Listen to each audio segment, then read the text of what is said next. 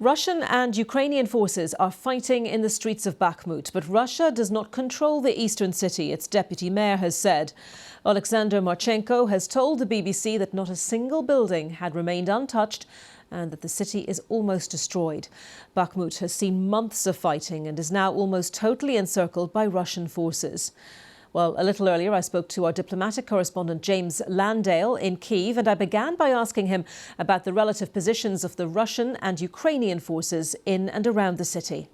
The fighting is fierce, the fighting is hard. Overnight, President Zelensky said that it was the toughest of battles that was both painful and challenging. There are reports of the Russian forces are continuing to make very small incremental gains. They hold positions in the north and the south and the east. The Ukrainians hold largely the center. They have access to the west, but the Russians are attempting to encircle at the moment. But every inch of territory is clearly very hard fought.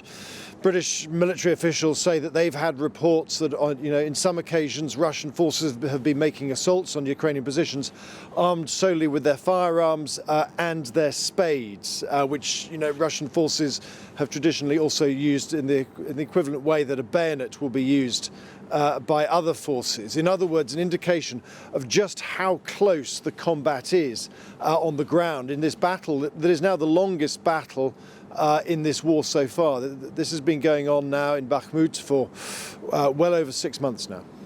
And just remind our viewers, James, if you would, about the significance of this location. Is it hugely strategically important, or is this now almost about symbolism, given that it's been going on for so long? It is a battle of wills between the Ukrainians and the Russians. Yes, it's a battle of wills, but there are also different motivations on both sides.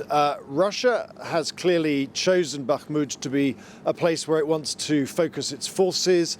The Kremlin is in dire need of some kind of success, so seizing Bakhmut would be a victory, it would be a trophy, something to talk about. They also, Russian strategists, see it as a springboard, an attempt to gain further territory in the Donbass. It is the traditional Russian military playbook. You bombard a city, you send in forces, you take it, and then you move on to the next one and slowly, incrementally make gains. That is the Russian aim here. But many thousands of Russians are dying, and that is Ukraine's aim. Ukraine's aim is to defend here and degrade Russia's military capability.